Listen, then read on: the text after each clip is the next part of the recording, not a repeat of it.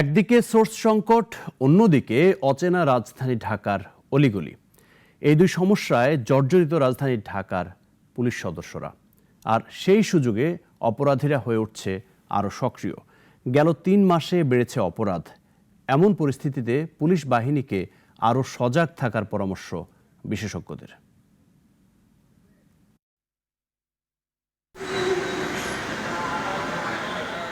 হাসিনা সরকার পতনের পর ভেঙে পড়ে দেশের আইনশৃঙ্খলা পরিস্থিতি। হামলা চালানো হয় রাজধানী সহ দেশের বিভিন্ন থানায়। নিহত হন অনেক পুলিশ সদস্য। আইনশৃঙ্খলার এমন নাজুক অবস্থা আগে দেখেনি দেশ।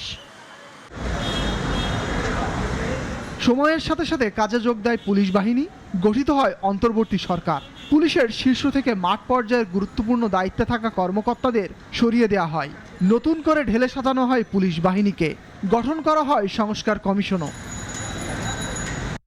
এরপর ৩ মাস পেরিয়েছে, এখনও পুরোদমে সক্রিয় নয় বাহিনীটি। প্রতিদিনই প্রকাশ্যে ছিনতাই, ডাকাতি ও হত্যার ঘটনা ঘটছে।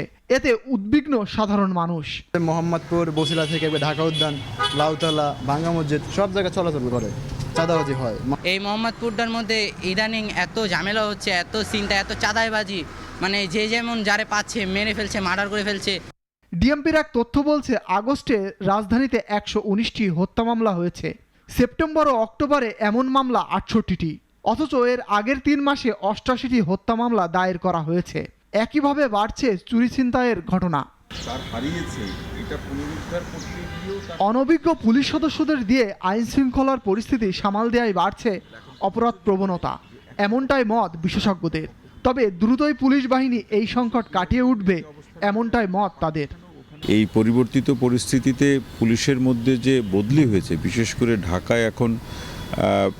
ঢাকায় যে 50টি থানা রয়েছে ডিএমপির, সেই সহ যে অন্যান্য ইউনিটগুলোতে যে কাজগুলো করছে, সেই কাজগুলোর যারা দায়িত্বে আছেন তাদের অনেকেই কিন্তু ঢাকার বাইরে থেকে আসা।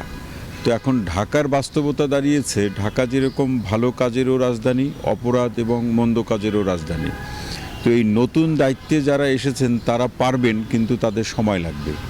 এই যে সময়টা লাগছে, এই সময়টাকেই অপরাধীরা মনে করছে তাদের এখন অপরাধ করার সুযোগ। একদিকে অচেনা রাজধানী ঢাকা, অন্যদিকে তীব্র সোর্স সংকট। এত কিছুর পরও পুলিশ বাহিনী আবার জনগণের বন্ধু হয়ে উঠবে, এমনটাই মত সর্বসাধারণের। ফজলে রাব্বি, নাগরিক, ঢাকা।